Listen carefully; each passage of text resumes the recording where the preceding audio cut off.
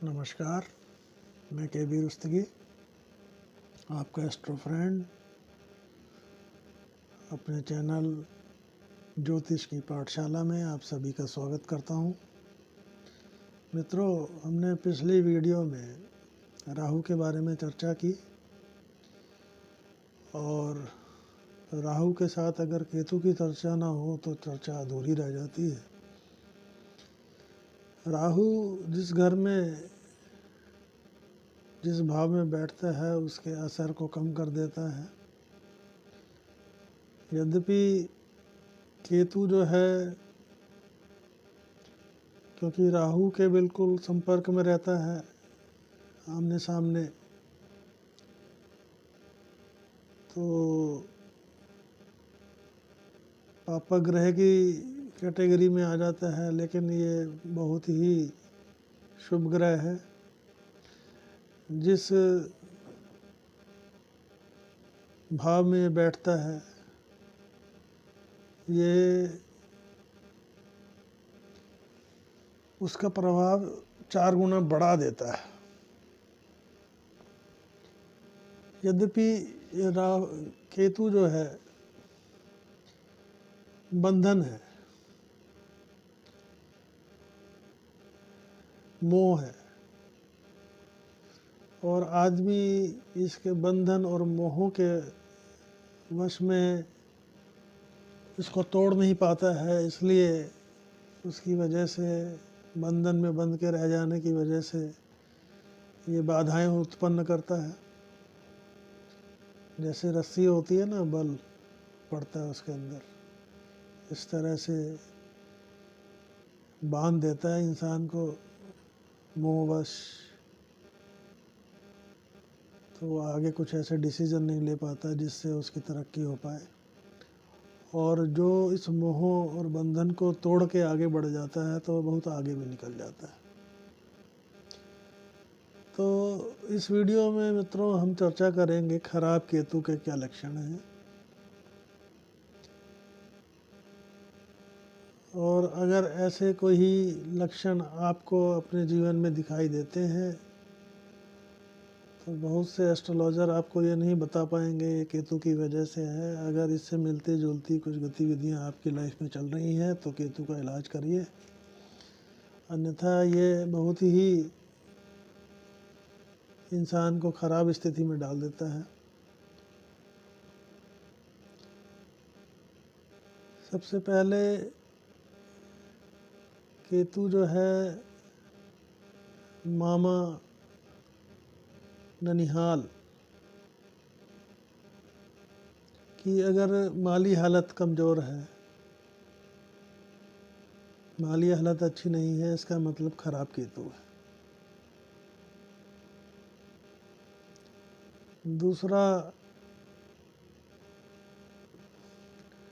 Skin से related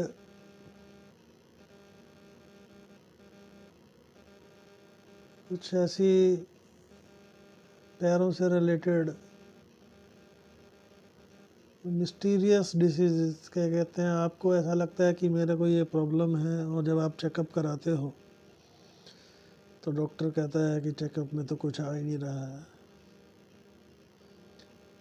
और आपको पीड़ा बराबर दे रहा है। तो कुछ भ्रमात्मक, भ्रम वाली स्थिति, बीमारियां होती हैं, जांच करवाते रहते हैं, पैसा खर्च करते रहते हैं, लेकिन बीमारी का पता नहीं चलता है।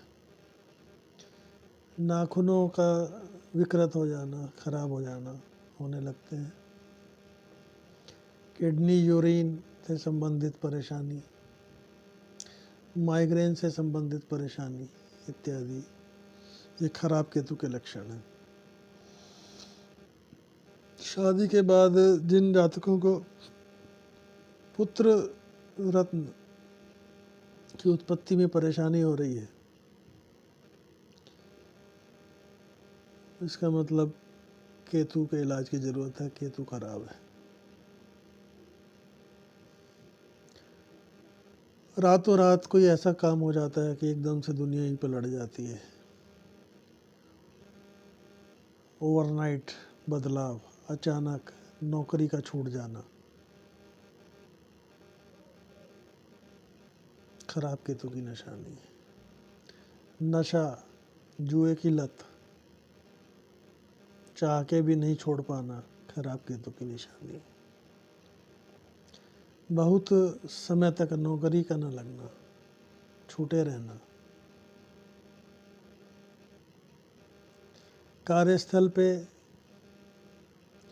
गुप्त शत्रुओं से परेशानी, खराब केतु की निशानी।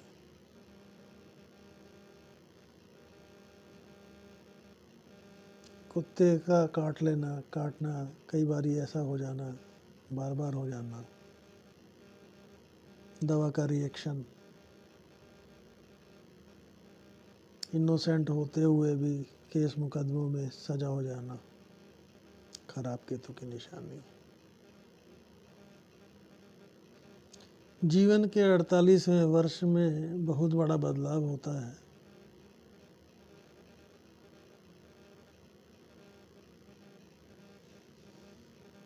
ये केतु का ये बहुत बड़ा सिम्टम है, 48वां वर्ष, याद कर लीजिए।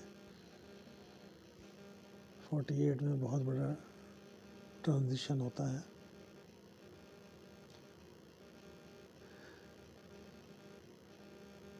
अगर केतु के ऊपर शत्रु ग्रह की दृष्टि हो, मंगल या शनि की, तो बहुत बुरे प्रभाव देता है।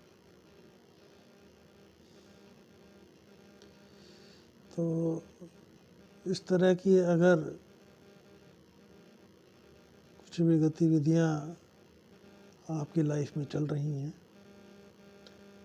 तो मित्रों मान के चलो आपका केतु खराब है। केतु का जो है शांति करवाइए, उसका निवारण करिए, उसका ट्रीटमेंट करिए, नहीं तो ये बहुत ही दुखद स्थिति में डालने वाला ग्रह है। इसके लिए उपाय है, राहु या केतु के लिए शिव की उपासना डेली, उनको क्या कहते हैं, शिव परिवार को जल दें। बुधवार को कार्तिकेय भगवान का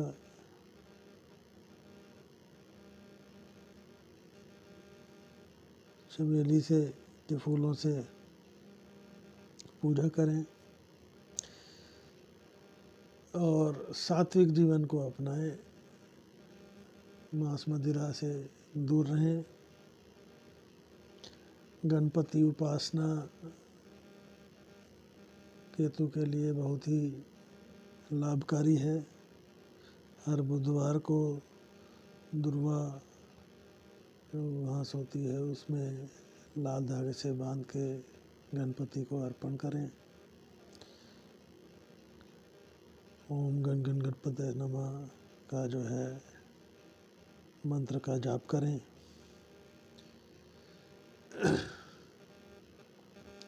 और 9 मुखी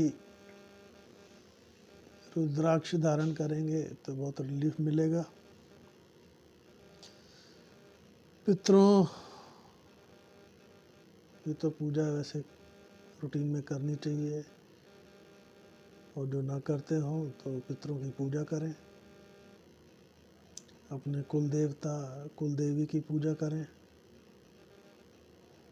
क्योंकि ये चीज़ें जो है बहुत ज़रूरी हैं। यही चीज़ें आपको सपोर्ट करेंगी।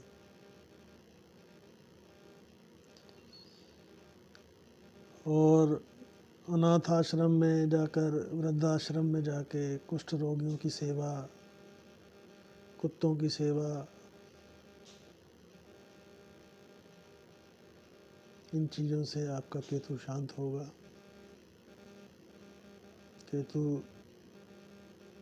में कुत्तों को पालने के हक में तो मैं कभी नहीं रहा, लेकिन उनकी सेवा तो की जा सकती है। तो इस तरह से मित्रों, जो राहु और केतु पे जो मैंने ये वीडियो डाले हैं वो इसलिए डाले हैं क्योंकि ये हर जातक के जीवन में जिस भी ग्रह में, जिस भी राशि में बैठते हैं, उस राशि के अलावा 3-3 दृष्टियों से देखते हैं तो ये 8 भावों को प्रभावित करते हैं। तो इनको शांत रखना या इनका शुभ होना जातक के जीवन में बहुत ही ज़्यादा महत्वपूर्ण है। अगर आपको मेरा ये वीडियो पसंद आया हो तो इसे लाइक करें, मेरे चैनल को सब्सक्राइब करें, और अगर आप मेरे से कोई निजी ज्योतिष परामर्श चाहते हैं तो मेरा व्हाट्सएप नंबर है 8178113518।